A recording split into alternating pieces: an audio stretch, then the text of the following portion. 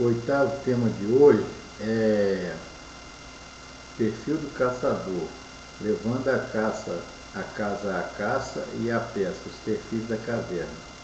Alguém aí imaginou que teria existido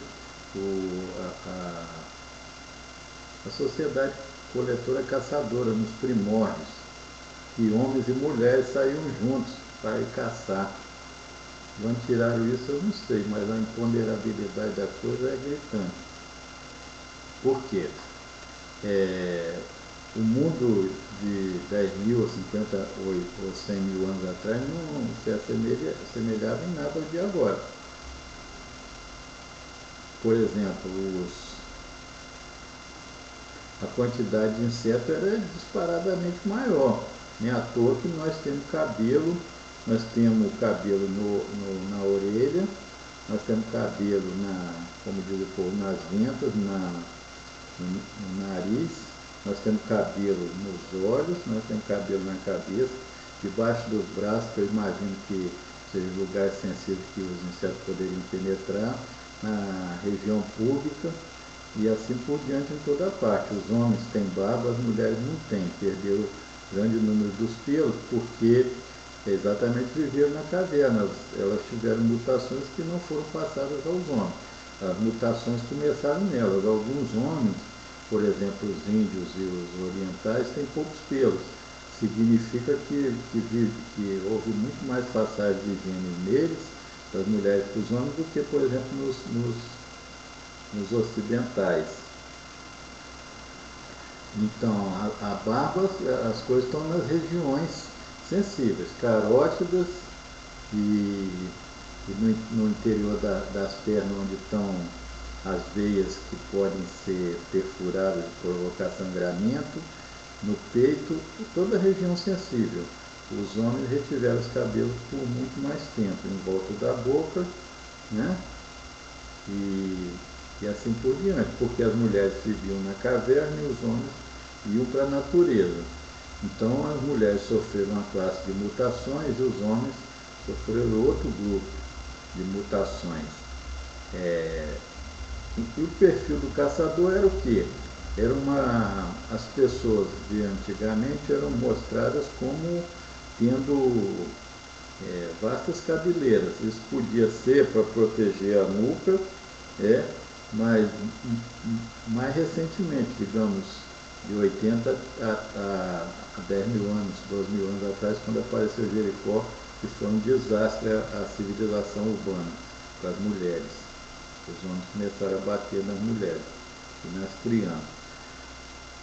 E então barba cheia e cabelo comprido pode ter sido uma coisa útil quando já a natureza já estava parcialmente derrotada e dominada. Amplas áreas tinham sido limpas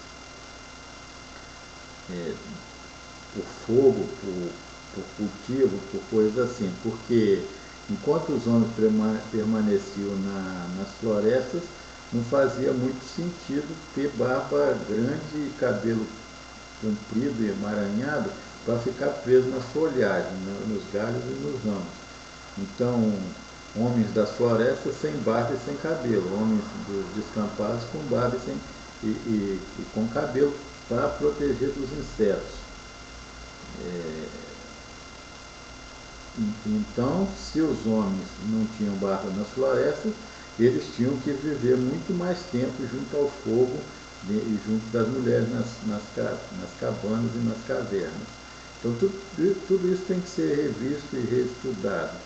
E definitivamente não fazia sentido levar as mulheres para a caçada, porque enquanto o homem está de olho aqui na presa, o predador está vigiando os filhotes dos homens e as mulheres. As mulheres com barriga seriam especialmente criaturas macinhas, né? Não faz muito sentido levar 10 ou 12 ou 15 filhos nasciam muito mais gêmeos, 2 na barriga, 2 nos peitos e 2 nas pernas e mais um punhado em volta, e as mulheres enlouquecidas vigiando as crianças. E cadê Pedrinho? Foi comida agora mesmo. Cadê Zeca? Ih, estava junto de Pedrinho. Cadê Huguinho, Zezinho e Luizinho. E foram comidos. Desgarraram e foram comidos. E cadê o Mickey? Mickey também. Então, quer dizer, é levar comida para o predador, né? Não faz o mínimo sentido. É totalmente estúpido. Sair com aquela tralha toda da caverna que as mulheres têm que carregar para servir aos bebês. As malas das mulheres são imensas, umas coisas assim, ó. Enquanto que as malas dos homens são pequenininhas, assim, é um bornal, porque carregar peso durante por 10, 15, 60 quilômetros é uma coisa de doido. Qualquer mochilinho começa com 2 quilos e daqui a pouco está pesando 18. Então os homens evitavam levar peso.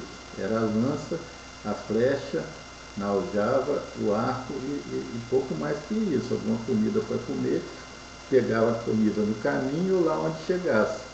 E trazer sim, que era uma coisa para trazer em varas, ou com rodas, ou com isso, ou com aquilo, em peles curtidas, arrastando e assim por diante. Agora, a caverna saiu com 600 pessoas para levar comida para o predador, é uma coisa inimaginável. Os homens caçando e preocupados com as mulheres atrás e as crianças, e fazendo barulho, e mijando, e defecando, urinando e defecando, e chamando a atenção das famílias de predadores, é uma coisa que é risível, totalmente ridículo. Então essa sociedade coletor-caçador não existia. Pode ser muito depois que os homens já estavam assentados, ali já estava tudo pacificado, todo mundo morto, a natureza grandemente morta ao redor e as mulheres iam passear. Isso tudo tem que ser reestudado e revisto. Bom, qual é o perfil do caçador? Bom, ele tinha que ser uma pessoa magra. Caminhar 60 quilômetros pesando 130 quilos é uma doideira. Segundo, era uma pessoa muito econômica no transporte, não levava mais do que um bornal e as coisas de caça.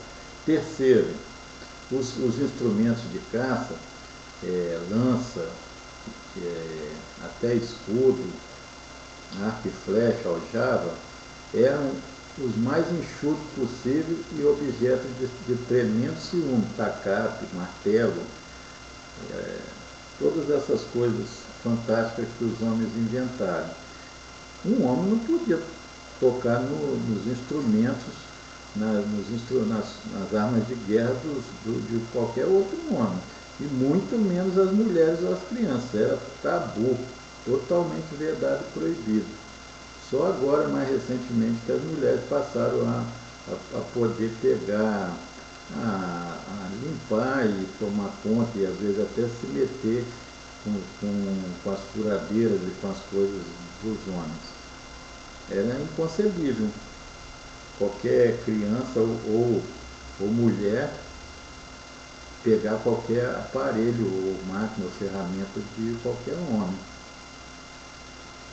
E aí, naturalmente, as proteções, né?